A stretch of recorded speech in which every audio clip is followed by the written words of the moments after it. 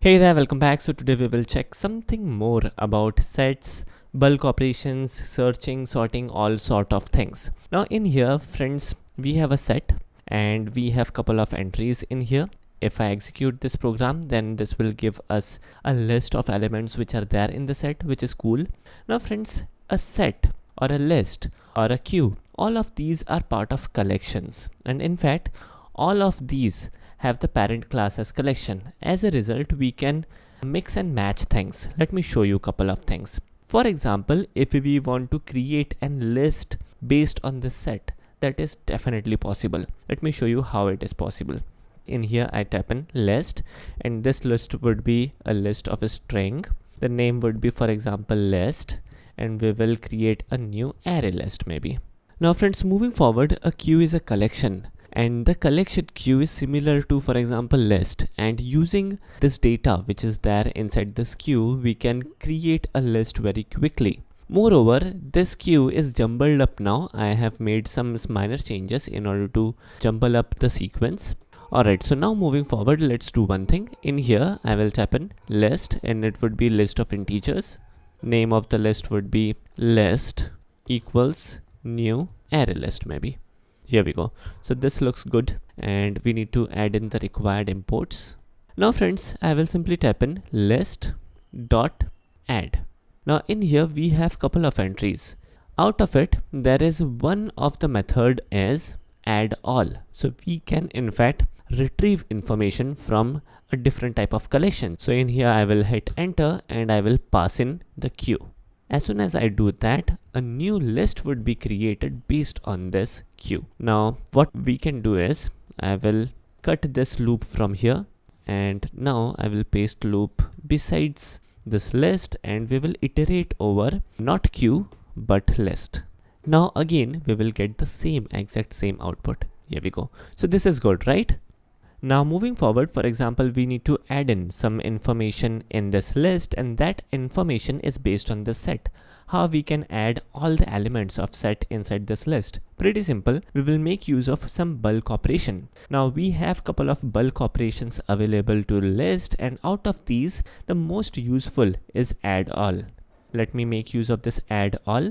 To this add all method, we will pass in the set, and our work is done. So this is so handy. And you can research more on bulk operations on collections, but basically the most useful one is add all. Now moving forward, for example, let me do one thing. Let me cut this for each loop and let me paste it after the list, and we will make use of list rather than set. So I will make use of this list, and if I execute the program, we would be able to see the output. Now friends, there is a catch in here. The name Chand is only once in this list, even though a list has no restriction on multiple entries. But when we are saving entries on sets, definitely set will eliminate any repeated entry. As a result, we won't be able to see the repeated entry. In here, how many elements are there? 1, 2, 3, 4, 5, right? And in here, in total, there are 6 elements, out of which Chand is repeated, hence it is eliminated. Alright, so this is cool. Moving forward, we can also sort this list easily. So in here, let me do one thing. I will type in collections.sort. Now this sorting thing is something which we have already seen. If I show you, here is the output. Now it is sorted, which is perfect. Now there is something special which we will see. That special thing is searching. So we have something known as binary search, which is already available inside the collections class. So let us make use of this. So in here, first of all, let me make use of sysout statement, and inside sysout, I will type in collections dot binary search, and I will pass in the list, which is list, and the key would be, for example, test. Now if this particular binary search method doesn't find the entry in the list or in any collection, then definitely this will return a minus value. Now friends, this binary search is capable of searching any collection where collections is the parent class, may it be list, queue, set, dq, doesn't matter, but there is an exception of map. How to search under maps is something which we have already seen, and map is a different kind of collection where we have the key value pair, so we won't be able to make use of binary search for maps. Now this statement will definitely give us a minus value. Let me show you. Here is the minus value, which is -6. This value could vary, but definitely the value would be a minus value. Now for example, we pass on or we give a specific entry, which entry is available in the list. For example, my name. Then the binary search will search the specific index and return the index to us. Let me show you. The output is 2. Now the index value for Afia is 0, index value of Arman is 1, and index value of Chand is 2. So this is the reason why we are getting 2. Now let me get rid of this statement, and we want to check whether the index value of Chand is 2 or not. We can do that as well. I will type in list dot get, and we will pass on the index value, which is 2, and it should give us Chand, which is perfect, right? Let me undo the changes. So this is how we can make use of binary search. Now there is a very important thing when it comes to sorting and searching using custom objects. We have already seen that how to implement comparable interface. So we have to implement the comparable interface. Moreover, we must also override the hash code and equals method. Then there won't be any issue in production. Let me show you this particular scenario real quick. Alright, so let me hit enter. In here I will type in class. The name of the class would be like name. Inside this class we will have a property. This property would be like private.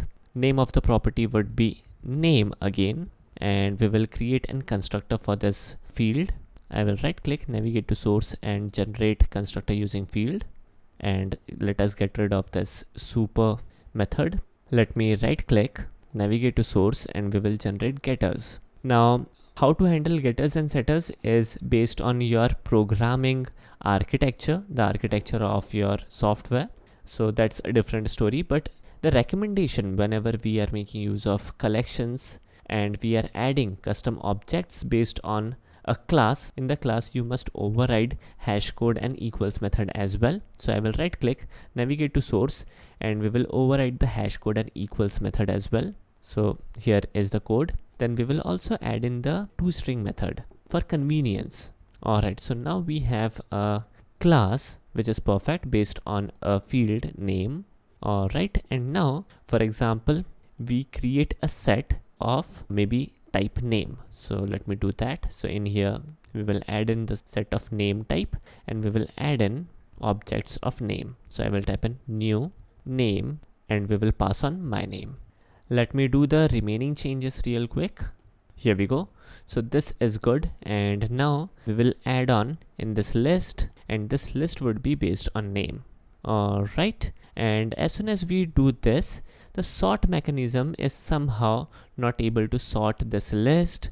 Moreover, the binary search is also giving us some warning. So the reason why we are getting these kind of warning is because we haven't implemented the comparable interface. So let us do that as well. So in here I will type in implement comparable, and it will compare name. Alright, let me hover upon this issue, and let me click on this add unimplemented methods issue, and here is our compare to method.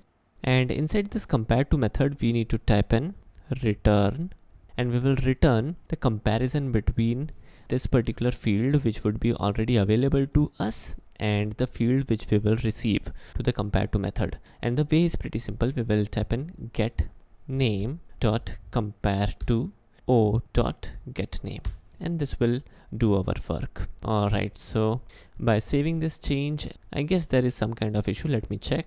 Alright, so the issue with the sort method has been vanished after we have implemented the compare to method, but there are more two issues. Firstly, let us get rid of the issue of for each. So the for each based on name, so we need to iterate on name. Alright, then moving forward, we want to search on a specific type of data, and we are giving the list based on name, and then we are passing on the string, which is not cool, right? So we need to pass on a object, then only we would be able to search the specific entity. So let me do that, and I guess this should work. Let me execute the program, and here is the perfect output, and it is again giving us a proper index. Let me pass on the value Mia, then it should give us the output 4. The index of Mia is 4. Let me pass on some weird text, which is maybe test, then it should give us a negative value.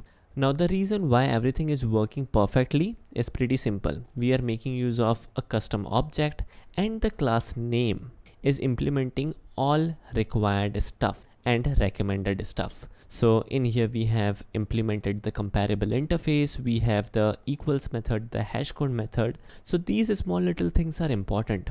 We may skip them, and in production unexpected things can happen. So always remember these. And this is it for today's video. Thanks for watching. Take care, and I will catch you in the next section where we will discuss about multi-threading and concurrency control under Java. Thanks for watching.